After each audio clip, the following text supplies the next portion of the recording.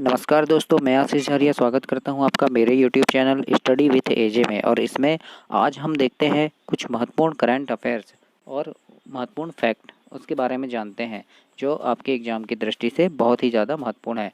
तो आइए देखते हैं। अभी हाल ही में पुरुष T20 एशिया कप हुआ है 2022 में, जिसमें श्रीलंका विजेता रहा है।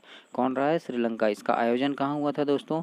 तो आइए जानते हैं इसका आयोजन कहाँ हुआ था। तो याद रखिएगा 27 अगस्त से 11 सितंबर तक इसका आयोजन हुआ है। और दुबई में। कहाँ हुआ है? दुबई में, UAE।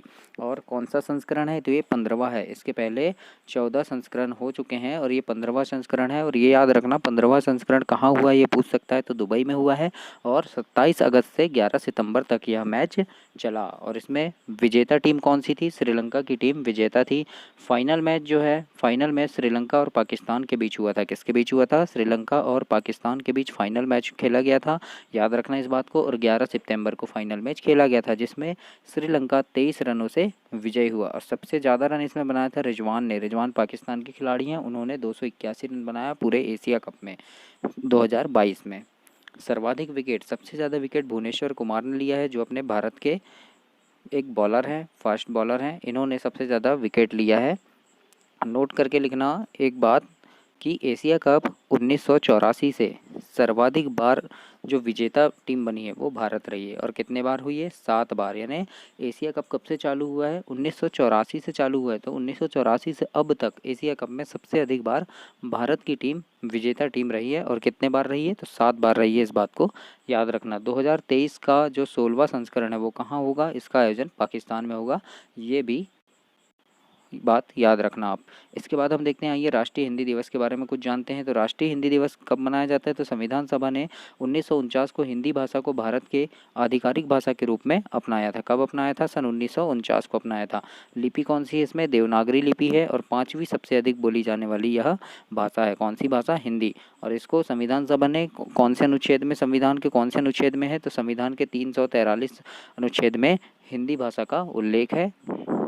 हिंदी भाषा का विकास क्रम देखते हैं हम। संस्कृत, पाली, प्राकृत, अपभ्रंश और अवहट्ट, ये है हिंदी भाषा का विकास क्रम।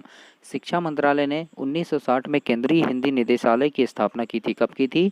1960 में की थी शिक्षा मंत्रालय ने। याद रखना, शिक्षा मंत्रालय के द्वारा केंद्रीय हिंदी निदेशालय की स्थापना की गई थी। राजभाषा गौरव पुरस्कार और राजभाषा कीर्ति पुरस्कार हिंदी भाषा में योगदान के लिए दिए जाते हैं। हिंदी भाषा में योगदान के लिए 2 पुरस्कार दिए जाते हैं दोस्तों। और ये प्रश्न बहुत कम पूछे जाते हैं, लेकिन कहीं कहीं पूछे जाते हैं और हर जगह आपको नहीं मिलेंगे। तो याद रखना, कभी किसी एग्जाम में पूछ भी सकता है कि हिंदी भाषा के लिए कौन से पुरस्कार दिया जाता है। तो राजभाषा गौरव पुरस्कार दिया जाता है और राजभाषा कीर्ति पुरस्कार हिंदी भाषा के लिए दिया जाता है। इसके बाद हम जानते हैं विश्व के सबसे बड़े धार्मिक स्मारक का जो निर्माण हो रहा है वो कहाँ हो रहा है, कब हो रहा है, कैसे हो रहा है, ये हम उसके बारे में जानते हैं। तो विश्व के सबसे बड़े धार्मिक स्मारक का निर्माण वर्ष 2010 में इसका प्रारंभ हो चुका था। और कहाँ? पश्चिम बंगाल में हो रहा है। पश्चिम बंगाल के मायापुर जिले में स्थित वैदिक तारामंडल का एक मंदिर, जिसे दुनिया का सबसे बड़ा धार्मिक स्मारक कहा गया है। किसको कहा गया है? तो याद रखना, यह है पश्चिम बंगाल में और मायापुर जिले में स्थित है। पश्चिम बंगाल के कौन से जिले में? मायापुर जिले में वैदिक तारामंडल का मंदिर है, जिसे दुनिया का सबसे बड़ा धार्मिक मंदिर कहा गया है। यह इस्कॉन संस्था के मुख्यालय के रूप में काम करेगा। यह जो है इस्कॉन संस्था में के मुख्यालय के रूप में काम करेगा। ये दुनिया का सबसे बड़ा हिंदू मंदिर होगा। ये भी याद रखना, जब ये पूरा बन के कंप्लीट हो जाएगा तो ये दुनिया का सबसे बड़ा हिंदू मंदिर बन जाएगा। मंदिर की परिक्रमा आचार्य प्रभुपाद ने की थी। किसने की थी? आचार्य प्रभुपाद ने इसकी परिक्रमा की थी। एंडीज पर्वत के बारे में जानते हैं। दक्षिण अमेरिका में विस्तृत यह दुनिया की सबसे लंबी पर्वत श्रृंखलाओं में से एक है। एंडीज पर्वत श्रृंखला में अटाकामा मरुस्थल भी है। विश्व की प्रमुख नदी अमेजन नदी यहीं से निकलती है।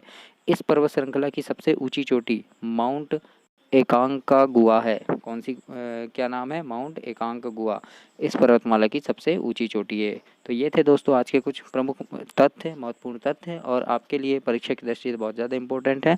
तो मेरे चैनल को आप लोग सब्सक्राइब कीजिए और अपने सारे दोस्तों तक भी शेयर कीजिए, ताकि उनको भी ऐसी ही वीडियो और भी मिलती रहे। और मैं ऐसे रोज़ आपके लिए ऐसी नई नई वीडियो लाऊंगा। तो चैनल को सब्सक्राइब कीजिए। धन्यवाद।